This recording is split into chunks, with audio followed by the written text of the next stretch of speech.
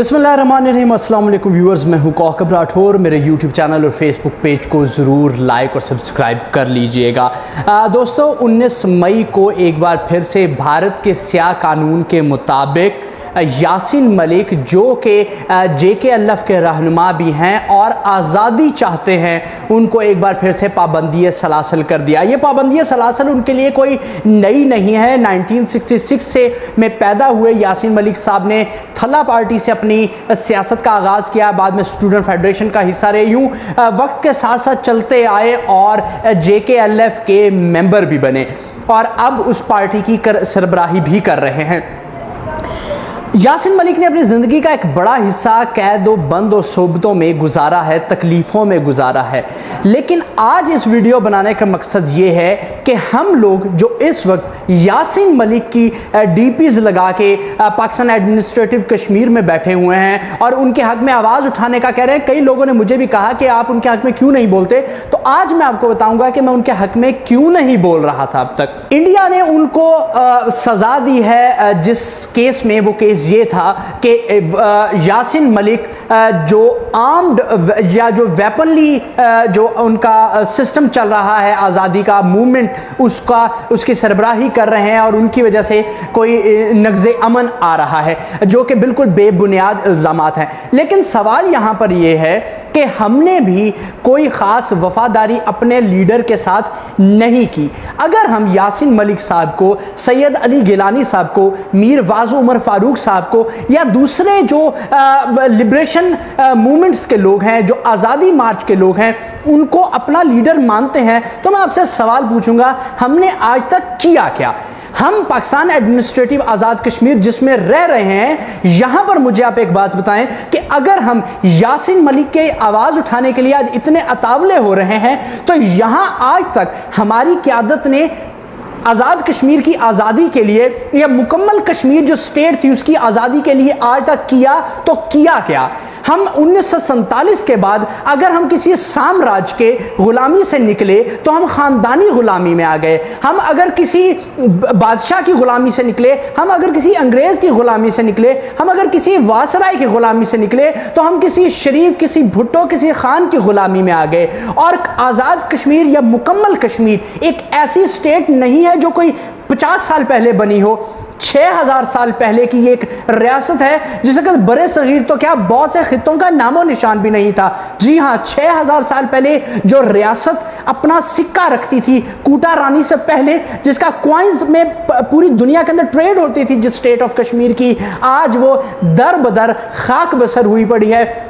छोटे छोटे ममालिक से और छोटे छोटे लोगों से इस बात पे मिन्नत और तरले में लगी हुई है कि हमें किसी तरह आज़ादी दिला दी जाए। इसके बाद मुझे आप एक बात बताएं, अगर थोड़ी देर हम ये सोच लें कि वो मकबूजा कश्मीर भी आज़ाद हो जाए, हम लोग भी सारे आज़ाद हो गए, तो यहाँ पे होगा क्या? क्या यासीन मलिक किसी तनवीर अलियास साहब के सेंटोरस के बाहर मुलाजमत तलाश करेगा या किसी चौधरी रियाज के दरवाजे के बाहर खड़ा होकर पार्टी क़यादत से मुलाकात की भीख मांगेगा या किसी बर्जीस ताहिर के दरवाजे पर खड़े होकर अपनी जॉब के लिए सिग्नेचर करवाएगा? करेगा तो क्या करेगा? आखिरकार अगर हम उनको आराम से जिंदा नहीं रहने दे सकते तो कम से कम हम उन्हें मर तो आराम से लेने दें। हम बेसिक एक मुनाफिक कौम हैं जो कि अपने हीरोज को आग की भट्टी तक लेकर जाते हैं, फिर उस भट्टी में खुद उतरने के बजाय हीरो को फेंक के बाहर इंतजार करते हैं कि जल के भस्म होगा कि नहीं। आज तक जिस खूनी लकीर को तोड़ने का हम हर साल दावा करते हैं और भाग के खूनी लकीर की तरफ चले जाते हैं, वो भी एक ड्रामा हम जो रचाते हैं, उसका होता क्या है? कुछ भी नहीं। हम वहां से 2-3-4 किलोमीटर पीछे रहते हैं और फिर वापस आ जाते हैं। अगर कभी यहां से 10 से 45 लाख आबादी है पाकिस्तान एडमिनिस्ट्रेटिव कश्मीर की, 1 करोड़ से ज्यादा आबादी है मकबूजा कश्मीर की, अगर कभी 15-20 लाख लोग मिलकर पाकिस्तान आर्मी की मदद से उस खूनी लाइन को तोड़ दें तो ये मुमकिन हो सकता है। लेकिन अगर आप इस जोन में रहेंगे कि एक एक शख्स करके हम लोग उस खूनी लाइन को तोड़ेंगे, तो ऐसा कभी नहीं होगा। आप यासीन मलिक की तस्वीर लगा के अपनी डीपीज पर उनका साथ नहीं दे रहे, उनकी मुश्किल में इजाफा कर रहे हैं। एक शख्स जो खुद तो आज़ाद है, जिसका जहन आज़ाद है, वो कैसे आप लोगों को आज़ादी दिला सकेगा? आप लोग जिस्मानी कैद होते तो समझ आती है, हम तो जहनी गुलाम हैं बने हुए। अगर हमारे जिस्मानी गुलामी होती तो फिर भी वो ताले तोड़ लेता, लेकिन हमारी जहनी गुलामी है।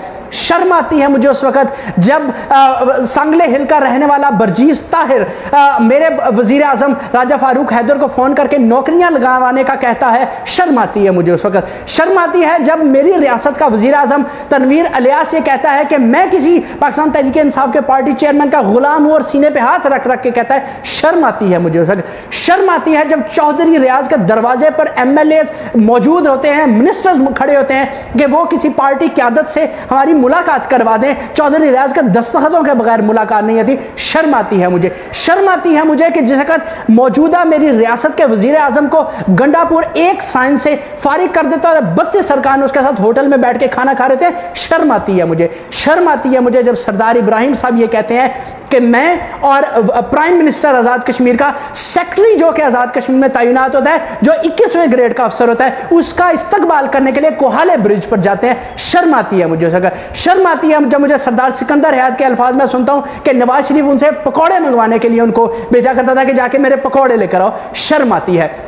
यासीन मलिक वहां से आज़ादी लेकर आपके इलाके को तो जोड़ देगा, फिर आप उससे किससे आज़ादी दिलवाएंगे? क्या खानदानिज़म से आज़ादी दिलवाएगा वो आपको? क्या ब्रदरिज़म से आज़ादी दिलवाए? मुझे आप हल्फन बता दें कि आप में से कौन सा ऐसा राठौर कबीले का शख्स है जो फैसल मुमताज़ साहब के अलावा यासीन मलिक को वोट देगा? कौन ऐसा गुज्जर बरादरी का, शेख बरादरी का, ख्वाजा बरादरी का शख्स है जो उनको छोड़ के, अपनी बरादरी के लोगों को छोड़कर, चौधरी अजीज साहब, ख्वाजा तारिक सईद साहब को छोड़कर यासीन मलिक साहब को वोट देगा? सैयद अली गिलानी साहब की वफात के जिम्मेदार भी हम लोग हैं। आज तक हमने उनको कैदो पाबंद की सोबत में रखा। हम अपने लीडर्स को उठाते तो हैं कंधों पर, लेकिन उसके बाद भाग जाते हैं, और 47 से लेकर आज तक हमने यही किया। हमारे लीडर्स हमारी इसी मुनाफकत की भीड़ चढ़े हैं। मेरे अल्फाज सख्त तो हैं, लेकिन मैं माजरत नहीं करूंगा। अल्लाह हाफ़िज़।